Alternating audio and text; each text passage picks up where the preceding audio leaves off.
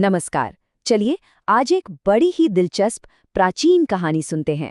कहानी का नाम है राजा और कड़वा फल और इसका सबक आज की दुनिया के लिए भी एकदम फिट बैठता है। ये कहानी हमें लीडरशिप के बारे में बहुत कुछ सिखाती है। अच्छा, एक सवाल है, क्या कभी सोचा है कि किसी लीडर का, किसी राजा का चरित्र उसके आसपास की दुनिया को फिजिकली मतलब असल में बदल सकता है? सिर्फ लोगों की जिंदगी को ही नहीं, बल्कि जमीन को, प्रकृति को, फलों के स्वाद को भी। जी हाँ, ये जातक कथा इसी हैरान कर देने वाले सवाल की पड़ताल करती है। तो इस कहानी के हीरो हैं एक बहुत ही गुणी राजा। वो बहुत बुद्धिमान थे, न्यायप्रिय थे, लेकिन उनकी एक ऐसी समस्या थी जो शायद ही किसी और राजा की हो। चलिए जानते हैं क्या थी वो अनोखी समस्या। जरा सोचिए, एक ऐसा राजा जो खुद को और बेहतर बनाने के लिए अपनी कमियां सुनना चाहता है, लेकिन मजाल है कि कोई उसकी बुराई कर दे। हर कोई बस उसकी तारीफों के पुल बांधता रहता था। और यही उसकी सबसे बड़ी परेशानी थी। अपनी कमियां जानने के लिए राजा ने कोई कसर नहीं छोड़ी।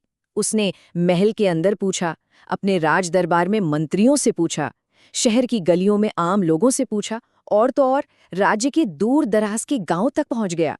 लेकिन हर जगह उसे सिर्फ एक ही जवाब मिला, तारीफ, तारीफ और बस तारीफ। जब अपने ही राज में सच नहीं मिला, तो राजा ने एक बहुत बड़ा फैसला लिया। उसने अपनी खोज को अपने राज्य की सीमाओं से भी आगे जंगल की ओर ले जाने का फैसला किया। उसे उम्मीद थी कि शायद वहां किसी संत से उसे सच्चाई का पता चले। और यहाँ कहानी में एक बहुत बड़ा ट्विस्ट आता है। राजा ने अपना राजपाट, अपनी शाही पहचान सब कुछ छोड़ दिया। वो एक आम इंसान का वेश धरकर सुदूर हिमालय की ओर निकल पड़ा, एक ऐसे आश्रम की तलाश में जहां चापलूसी से दूर उसे सच्चा ज्ञान मिल सके। और जंगल में उनकी मुलाकात किससे होती है? एक बोधिसत्व से। अब ये बोधिसत्व कौन होते हैं?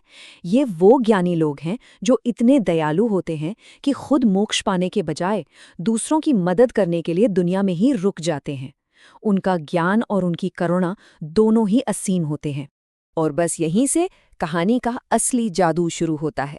राजा और संत की इस मुलाकात में एक साधारण सा जंगली फल धर्म और अधर्म को मापने का एक पैमाना बन जाता है।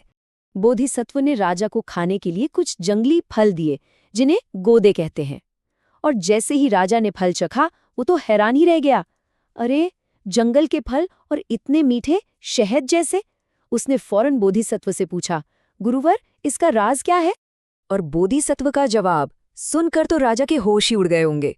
उन्होंने कहा, ये फल इसलिए इतने मीठे हैं क्योंकि इस देश का राजा धर्म और न्याय के रास्ते पर चलता है। उनका मानना था कि जब शासक अच्छा होता है तो प्रकृति भी अपनी मिठास बनाए रखती है। अब ये बात सुनने में तो थोड़ी अविश्वसनीय लगती है ना? राजा को भी यकीन नहीं हुआ, क्या सच में ऐसा हो सकता है? तो उसने इस असाधारण दावे को टेस्ट करने का, इसे परखने का फैसला किया। राजा वापस अपनी राजधानी लौट आया, लेकिन उसने किसी को अपनी असली पहचान नहीं बताई। उसके दिमाग में एक प्लान था। वो ये देखना चाहता था कि बोधिसत्व की बातों में आखिर कितनी सच्चाई है। और फिर राजा ने एक बहुत कठोर प्रयोग शुरू किया। उसने जानबूझकर गलत फैसले लेने शुरू कर दिए, अन्याय और अधर्म से शासन करने लगा। वो बस ये देखना चाहता था कि क्या उसके बुरे कर्मों का असर सचमुच पूरे राज्य पर और उन फलों के स्वाद पर भी पड़ेगा।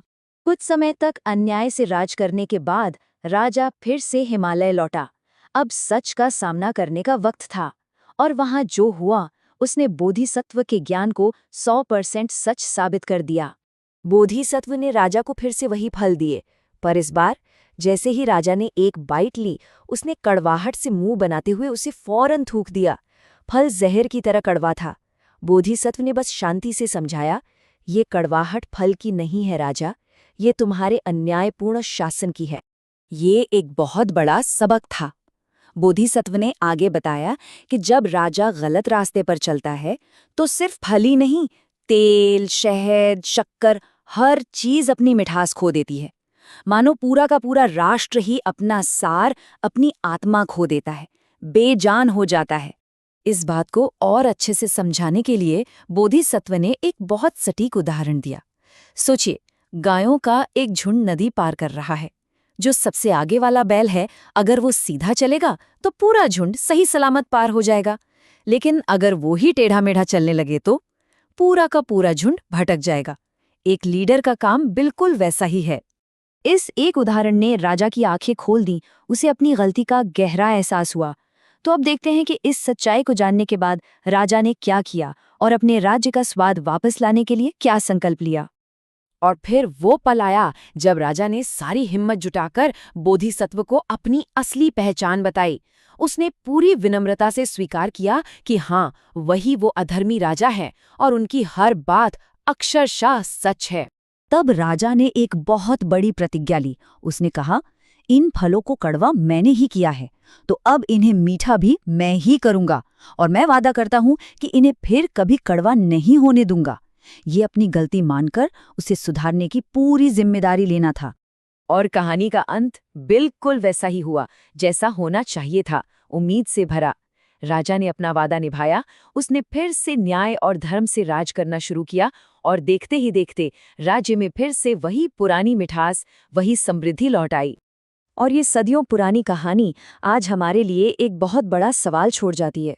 अगर आज हमें अपने आसपास की दुनिया, अपने समाज का फल कड़वा लग रहा है, तो ये कहानी हमें बताती है कि इसकी जड़ हमें कहाँ खोजनी चाहिए।